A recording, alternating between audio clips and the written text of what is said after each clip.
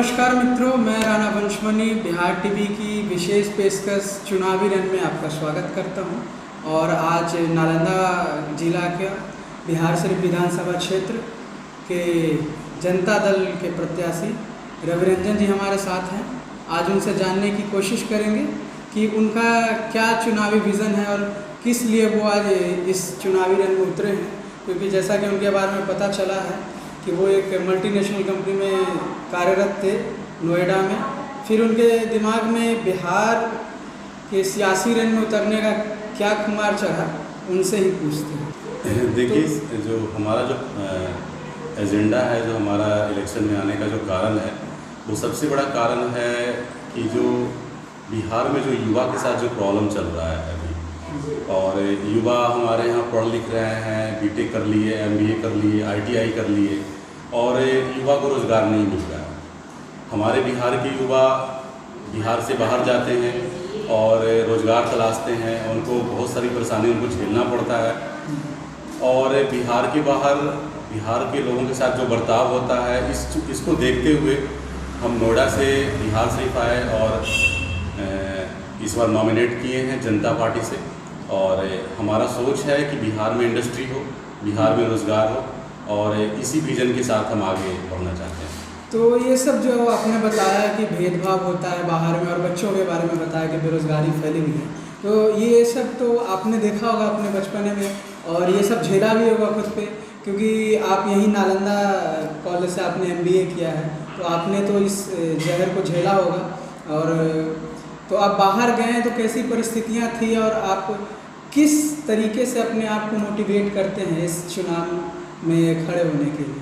सबसे बड़ी बात है कि जब हम बाहर गए थे वहाँ पे नोएडा में, तो नोएडा में हमने देखा कि जो बिहार से जो लोग बाहर जाते हैं, अगर छोटी सी मिस्टेक हो जाती है तो उनको एक बिहारी कह के उनको अपमानित किया जाता है। और ये बात जो है हमें बहुत ठेस पहुँचा, जिस कारण से हम बिहार में चुनाव में आए हैं। और हमारी ये पूरी कोशिश होगी कि जो बिहार के पढ़े लिखे युवा हैं, जो हमारे यहाँ हैं, जो बेरोज़गार हैं, उनको इंडस्ट्री लगा करके, जो छोटी छोटी इंडस्ट्री लगा करके उनको आगे बढ़ाया जाए और उनको रोज़गार जो बिहार में ही मिले। अच्छा, हमारा सोच ये है। अच्छा, तो आपके बात करने से ये पता चलता है कि आपका पूरा फोकस युवाओं पे है, रोजगार पे है जी, और आप उसी पे फोकस रहना चाहते हैं। तो मैं संक्षिप्त में आपसे पूछूंगा कि आपका चुनावी एजेंडा क्या क्या है, किन मांगों के साथ आप चुनाव लड़ रहे हैं, और क्या बदलाव आप देखते हैं अपने सियासी सफ़र के साथ? हमारा जो मेन एजेंडा है, जो सबसे पहला एजेंडा हमारा है रोज़गार, इंडस्ट्री, शिक्षा, स्वास्थ्य और एग्रीकल्चर।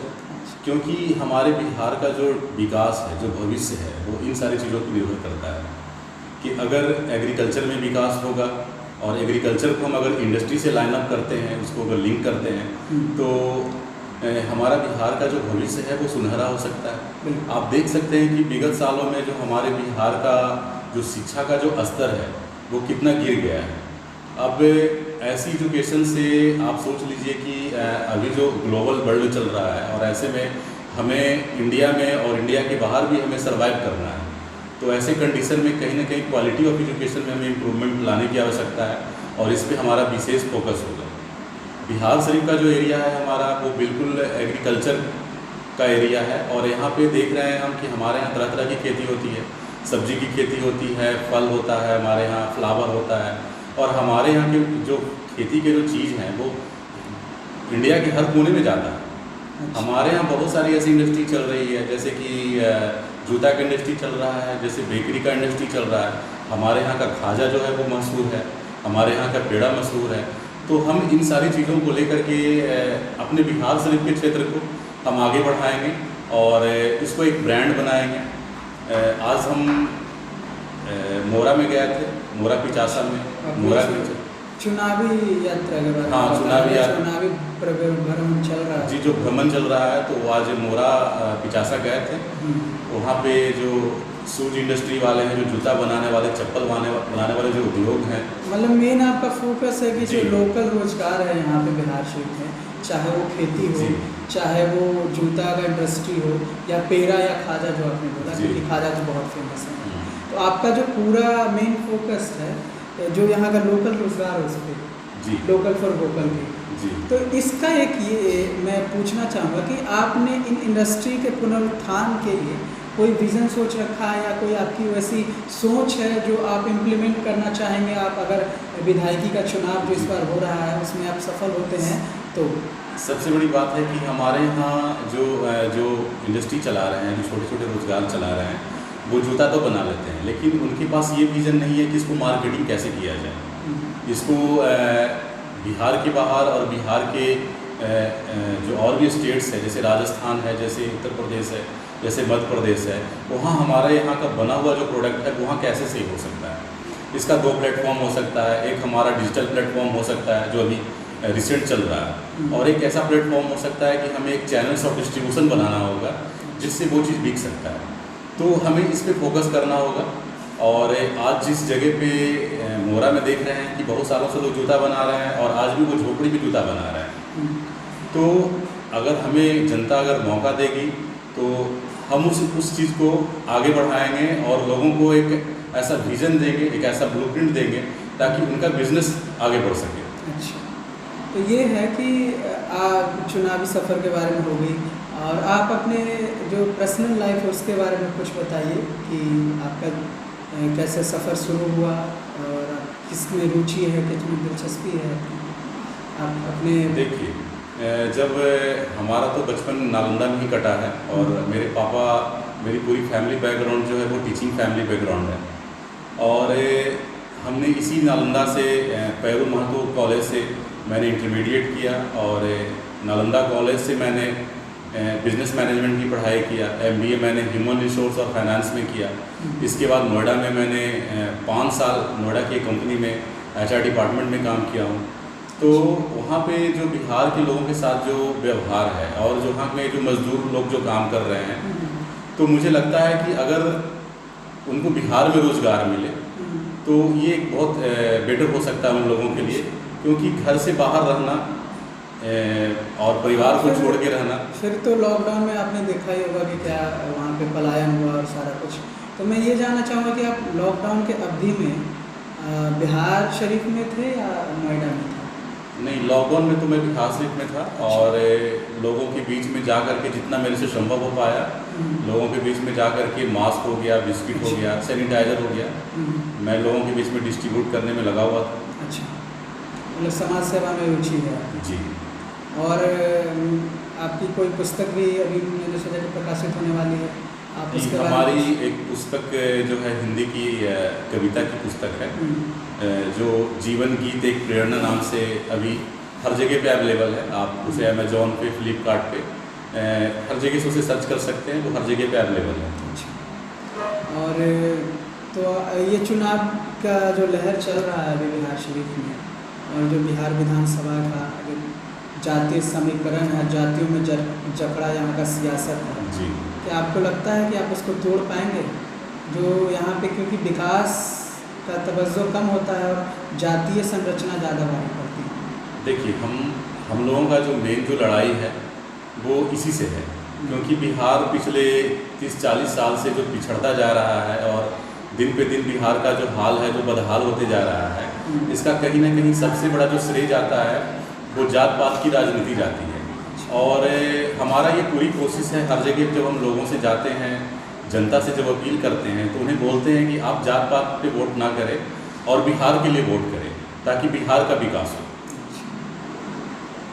फिर तो जनता पार्टी से टिकट मिल गया आपको, और वो जसवंत सिन्हा जी की पार्टी है, और उसके भी कई अलग मायने हैं बिहार में। तो आपको किसी दूसरे दल ने भी अप्रोच किया था क्या? बहुत सारे दल ने अप्रोच किया, और लेकिन मैं ऐसी पार्टी से टिकट लेना चाहता था जो सबको लेकर के साथ में चले। और जनता पार्टी जो है उसका एक इतिहास रहा है कि केंद्र में उनके प्रधानमंत्री मोरारजी देसाई बने थे, और बिहार में जननायक कर्पूरी ठाकुर इसके चीफ मिनिस्टर बने थे, और इसी पार्टी से चंद्रशेखर बाबू और लाल कृष्ण आडवाणी, अटल बिहारी वाजपेयी, HD देवगौड़ा, यानी जितनी भी पार्टियां बिहार नॉर्थ इंडिया से लेकर के साउथ इंडिया तक है, वो सारा कहीं ना कहीं जनता पार्टी का जो ओरिजिन है उसी से बना है। हाँ, उसी की कोख से लालू और नीतीश जी निकले। तो मैं ये जानना चाहता हूँ कि आज जो आप इतना परिभ्रमण कर रहे हैं, चुनावी जो यात्राएं चल रही हैं नेताओं की, और बहुत सारे प्रत्याशी ने अपना किस्मत आजमाना चाहा है, तो आपको कैसी हवा लग रही है बिहार शरीफ विधानसभा की? हमारे दर्शकों को इसके बारे में मुझे ऐसा लग रहा है कि बिहार में जो आने वाला जो राजनीति होगा वो बिल्कुल युवाओं का होगा। और क्योंकि युवा अब जागरूक हो रहे हैं, और अभी तक आप देख रहे हैं कि जितनी भी दल है, कोई भी दल है जो भी अभी लीडिंग पार्टी है, कोई भी युवा को मौका नहीं देना चाहता है। तो मुझे ऐसा लगता है कि आने वाले दिनों में युवा का राज होगा और युवा की सरकार होगी और युवा की बातों को सुना जाएगा। तो आप क्या संदेश देना चाहते हैं हमारे दर्शकों को, क्योंकि हमारे माध्यम से जो हमारे दर्शक आपको देख रहे हैं वो आपसे कुछ, आप उनको कुछ संदेश देना चाहते हो या उनसे कुछ कहना चाहते हो, तो आप कह सकते हैं। हम तो सारे दर्शक से ही कहना चाहते हैं कि इस बार बिहार के लिए वोट करें और जात पात के नाम पे वोट ना करें, क्योंकि बहुत हो गया जात पात के नाम पे वोट। अब हम लोगों को आगे बढ़ना है और इंडस्ट्री में आगे बढ़ना है, एग्रीकल्चर में आगे बढ़ना है, स्वास्थ्य में आगे बढ़ना है और शिक्षा में आगे बढ़ना है। अब जात पात की राजनीति से ऊपर उठ करके हम लोगों को आगे चलना है। ठीक है रवि रंजन जी, बहुत नमस्कार दर्शकों, अब हमारा समय परिपूर्ण होता है। धन्यवाद आप सभी का। और बिहार के ताज़ा तरीन खबरों के ताज़े दौर में रहने के लिए बिहार टीवी से जुड़े रहें और बिहार टीवी के चुनावी जो स्पेशल शो आ रहा है चुनावी दंगल, उसके साथ जुड़े रहें और उसके माध्यम से आप चुनावी संरचना को यहाँ पे बिहार का समझ सकते हैं। नमस्कार।